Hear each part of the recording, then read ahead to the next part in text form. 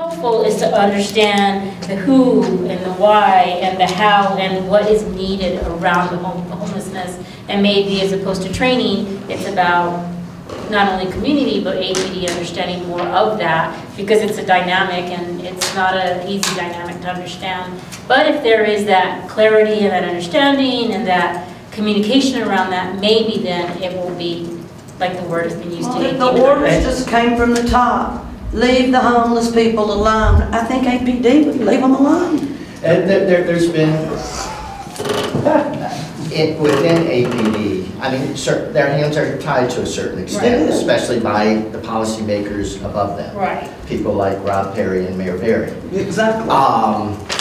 But when they're also more willing, because I interacted with them in many of these situations. There was an order of eviction from one of the 10 cities. And it was, you know, 8 or 9 at night. Where did they expect him to go? I was able to call one of the deputy chiefs and say, can you at least hold off till tomorrow? That's not a solution, but there. And he called back, that's a reasonable request. He called the commander called the sergeant came out. It was very understanding. Their attitude was, you know, what you would expect of a service provider.